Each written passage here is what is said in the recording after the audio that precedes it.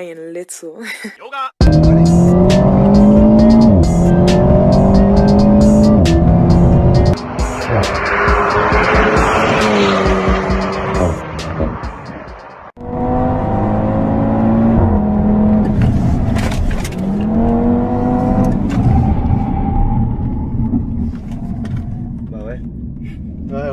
Bah ouais.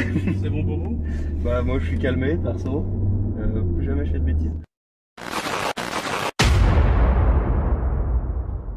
Bon Philippe. Sylvain. Ouais, je viens de voir à nouveau. Comment ça s'est passé donc sur le circuit? Bah écoute, très bien, il est reparti avec la banane. Merci à Philippe, à toute l'équipe, à toi pour avoir réalisé ce rêve sur circuit dans une alpine avec un beau coaching de toi et de Philippe. Que demander de mieux? Et surtout il est reparti, il m'a dit avec une petite prise de conscience. Ah. Ouais, sur le freinage notamment, il m'a parlé beaucoup du frein. Je viens te voir là pour faire une seconde vidéo pour te remercier. C'est un plaisir parce que notre métier c'est du partage.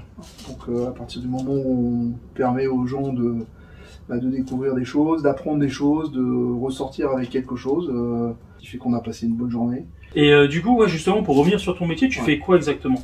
J'interviens essentiellement ici sur le circuit d'Abbeville pour des formations qui vont à la fois du loisir, puisqu'on l'a vu là, c'est quand même une forme de loisir, avec des voitures un peu sympathiques. Encadrement pour des événements d'entreprise, où on associe parfois de l'événement ou de l'événementiel entreprise avec de la formation. Enfin, il y a toujours quelque chose à apprendre, à retirer.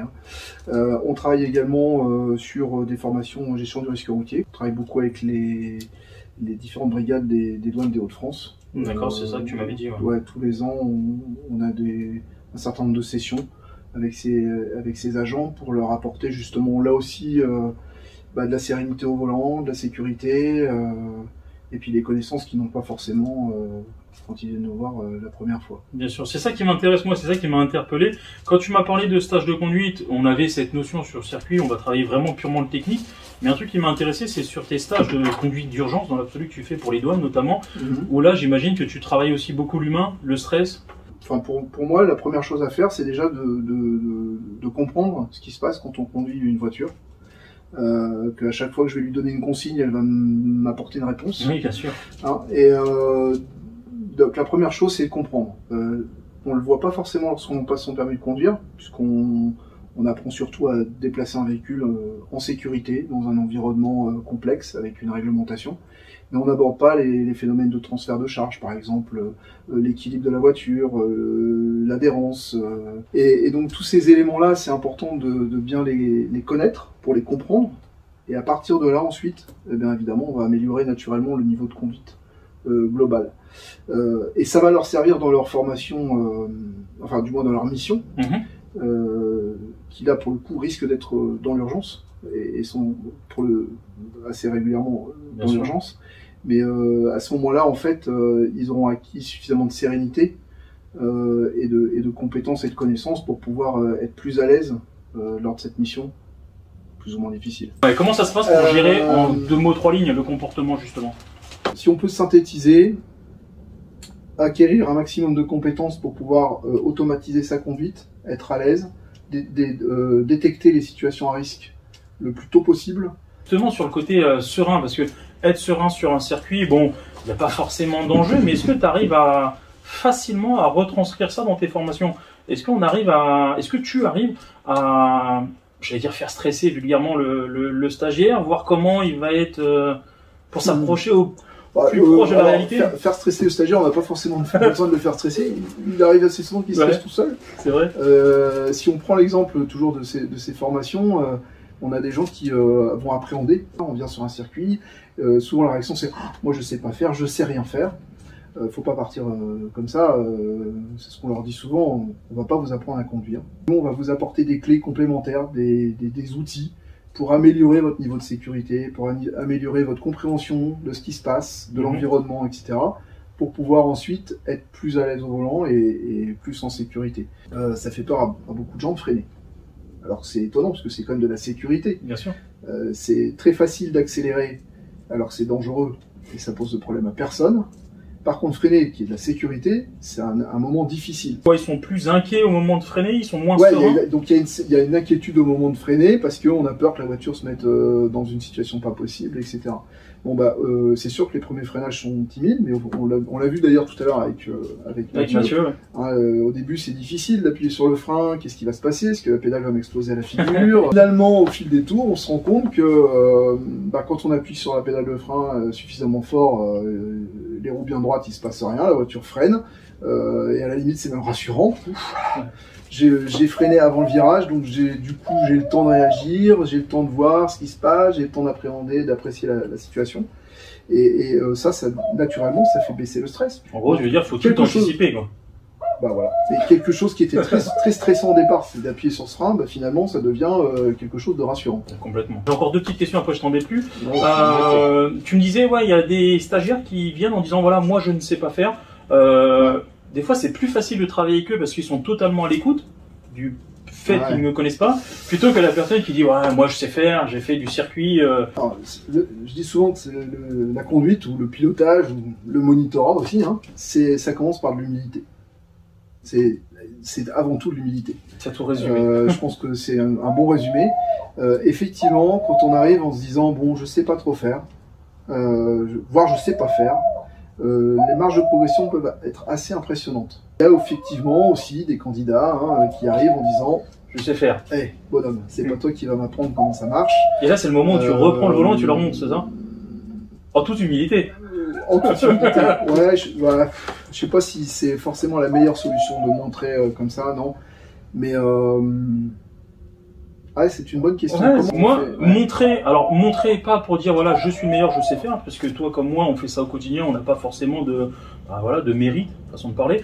Mais des fois, montrer les choses, pas forcément montrer dans la technique, mais dans la qualité, montrer que voilà, si j'avais pas fait ça à tel moment, tu parlais du freinage notamment, ben on se serait mis en danger. Tu vois ce que tu veux dire. On dit que tu sais tout faire, je vais te montrer que tu sais rien faire parce que moi je sais faire. Non, c'est pas ça. On est d'accord.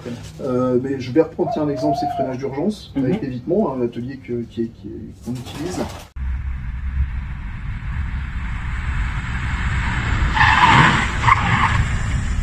Ça, c'est un très bon outil parce que le stagiaire qui va dire bah ouais mais moi attends, tu vas pas m'expliquer comment ça marche. En général, quand on fait la démo pour le freinage d'urgence avec évitement, il y a un grand silence dans la voiture quelques instants après, et en général c'est là que ah ouais ok bon bah je vais peut-être un petit peu écouter ce qu'il va m'expliquer parce que je suis pas sûr de pouvoir y arriver tout de suite. Dernière petite question, après je ne t'embête plus. Est-ce que tu aurais un conseil? Alors là, je sais que tu vas sortir un peu de ta zone de confort. Si tu avais un conseil à choisir pour les personnes qui nous regardent au volant tous les jours, quel conseil tu donnerais? Allez, comme ça. Comme ça, je te prends au dépourvu. Chaud. Alors, moi, je vais vous dire un truc. Transformez vos km/h en mètres par seconde. Vous allez voir que 50 km/h, ça veut rien dire. Mais quand on commence à faire 14 mètres toutes les secondes, ça parle. Ça pose tout de suite les choses à plat. Et ouais, quand vous êtes en ville, vous roulez à 14 mètres toutes les secondes. Quand vous regardez votre téléphone, c'est 3 secondes. Vous avez donc fait à peu près 45 mètres sans contrôler grand chose dans la voiture. Non mais c'est important de prendre du recul et de regarder sous différents angles. Mais il y aurait beaucoup d'autres choses à dire. Ah oui, on va pas les embêter, il y a des vidéos toutes les semaines, c'est pour ça qu'on prend un peu des infos toutes les semaines. Voilà. Merci beaucoup pour ton temps. Merci au Circuit d'Aville, c'était génial cette vidéo avec le copain Mathieu. Et puis, merci d'avoir tout joué le jeu. Je sais que vous avez fait de la route pour venir ici. Moi, j'ai pris beaucoup de plaisir à échanger avec vous. Puis, si en plus on a pu exaucer le vœu qu'avait formulé Mathieu Vallée dans sa vidéo précédente, pas celle précédente, celle d'avant. C'est un grand plaisir. Ah, merci, c'est formidable. Cet échange, j'adore ce métier. Moi, on fait des belles rencontres, donc c'est top. Je suis entièrement d'accord. C'est vraiment gentil à toi d'avoir prêté ton véhicule, prêté ton savoir-faire. Je sais pas si ça se dit. Écoute, dis-moi, tu comptes revenir ou pas? T'es pas la porte à côté. Hein. Je te propose d'aller refaire quelques tours en Alpine. C'est vrai? Ouais. Mais d'habitude, moi, je suis assis en tant que passager. Je conduis pas. T'accepterais de me donner un peu de ton temps pour corriger? Allez, on va faire 2-3 tours. Te corriger, non. Écoute, je n'ai pas de diplôme, donc du coup, je peux pas dire je suis moniteur. C'est pas le diplôme qui fait la qualité de l'homme. Voilà, on va aller faire un tour. Merci beaucoup. Allez, je te suis. Je prends le casque, j'imagine. Ouais, c'est ça. Allez, je vais prendre celui-ci. Moi, j'ai le mien et dans la voiture. Allez, go.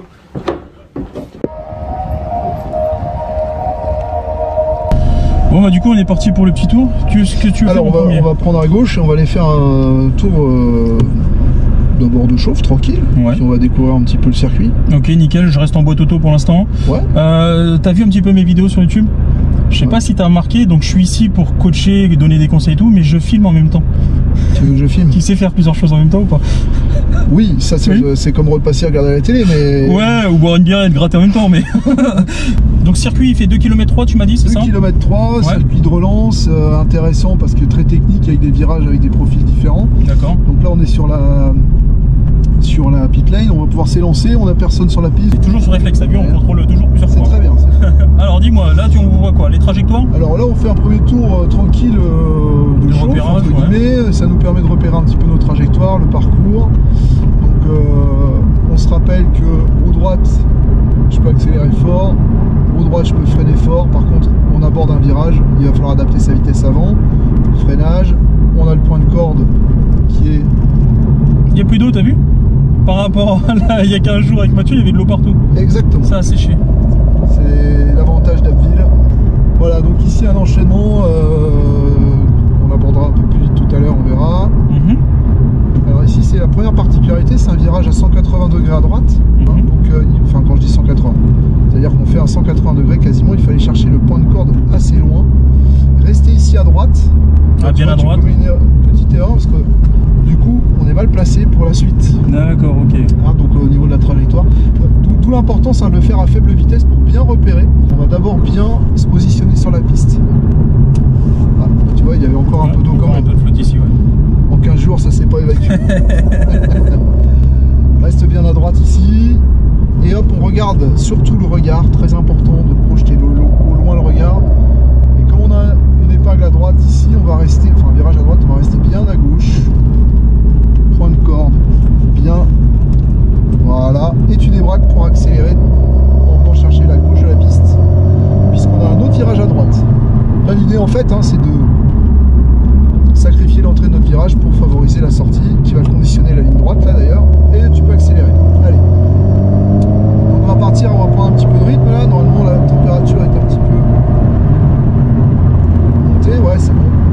Alors on reste à gauche, on freine, on soulage le frein, freinage dégressif pour rentrer dans le virage et accélérer progressivement sur la sortie. Pareil, roue droite, frein fort, on soulage, projette bien ton regard, regarde où tu veux aller, ton point de corde, ton point de sortie, et on accélère. Allez, je te laisse faire. Très bien, filet de gaz, on maintient, on maintient, on maintient, on maintient, on maintient, on maintient, on maintient. Et les roues droites, les freins. Voilà. L'idée c'est de détendre le virage. Tu vois un peu l'histoire. Ouais, t'as vu, je parle moins quand je suis concentré. Hein. Tourne bien la tête, regarde par la fenêtre. On n'hésite pas à tourner la tête pour chercher l'information le plus loin possible. Allez, frein. On soulage. Et on rentre dans le virage avec un peu de frein résiduel. Donc il y a deux phases, hein. Il y a le freinage de ralentissement. Et celui où on garde pour avoir du pouvoir direction. Qui va permettre donc de baisser la vitesse de la voiture. Et puis le freinage de placement qui va permettre de maintenir de la charge sur le train avant pour pouvoir l'inscrire dans le virage. Impeccable. Allez, serre bien à droite. Et on débraque en accélérant. Et tu peux y aller. On va la mettre en mode sport.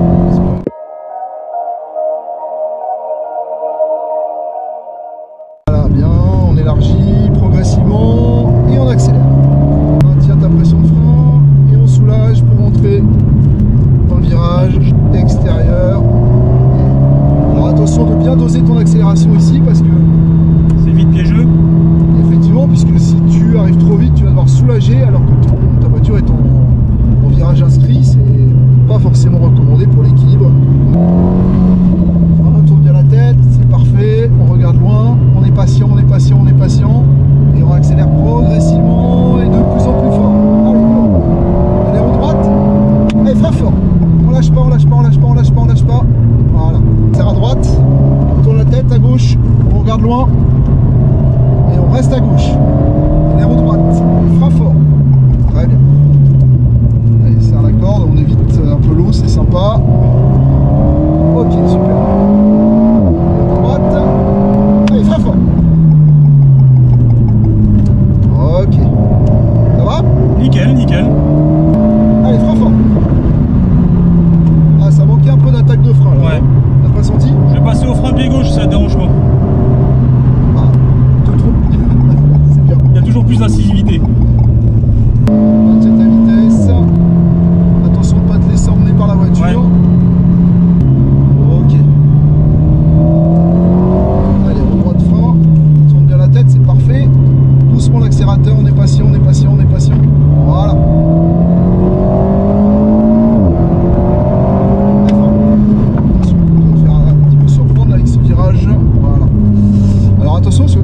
conseille dans la régulation ABS, c'est qu'on est un peu limite sur la partie freinage. Hein. C'est marrant, tu freines en même temps que moi, j'adore. Bah, ça c'est que... En même temps, c'est bon signe. Hein. On est raccord, on est en même temps. Donc, tu vois, l'important c'est d'avoir beaucoup de sensibilité, pas de brutalité, tout se fait en douceur, on peut rouler vite et sans forcément être brutal, et au contraire d'ailleurs, la brutalité ça va générer des pertes d'équilibre, des pertes d'adhérence, ouais, bien sûr, et puis mécaniquement c'est pas bon.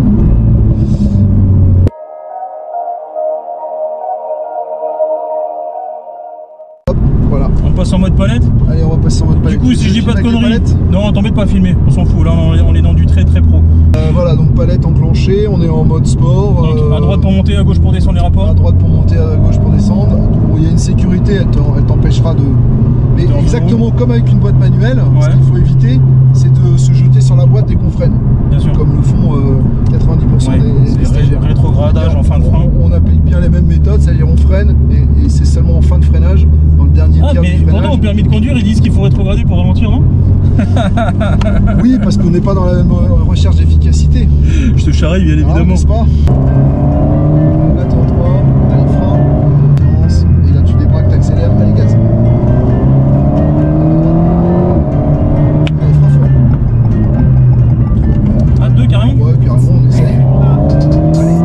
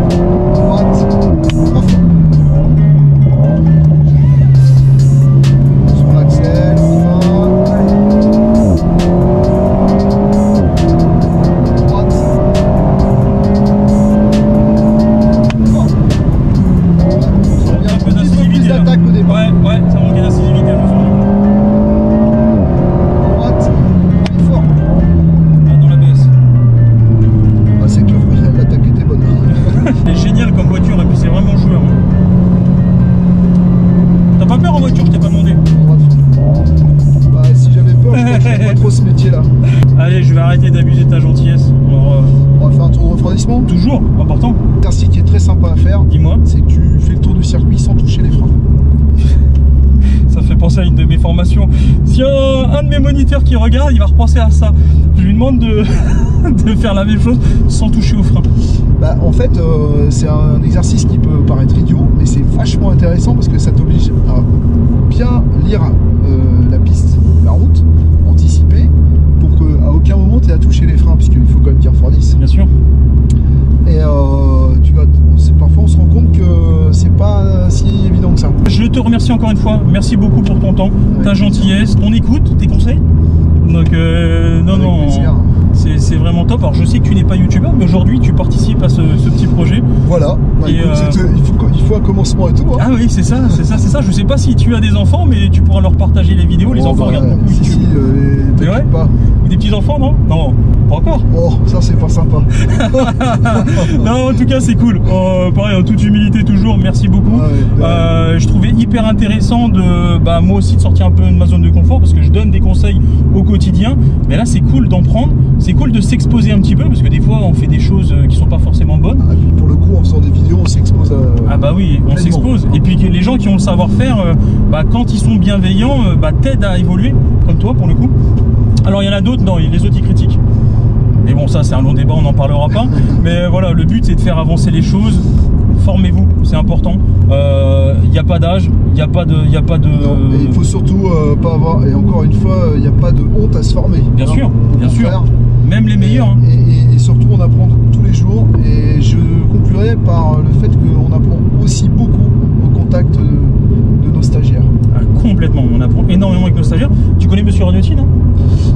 Je l'ai déjà croisé, mais vrai, je ne connais pas personnellement. Parce que tu me fais penser à lui. Lui, il m'avait dit justement, on apprend tous les jours. Alors le monsieur a 76, 77 ans, si je dis pas de bêtises. Et quand tu entends ce monsieur qui te dit on apprend tous les jours, il n'y a rien à dire, quoi. Il n'y a rien à dire. Il n'y a rien à dire. Rien à rajouter. Rien à rajouter. Merci beaucoup. Allez, comment on fait? On se serre la main au volant? Ouais, en regardant la route toujours. Toujours. Merci beaucoup, Philippe. Merci, de rien. Au revoir.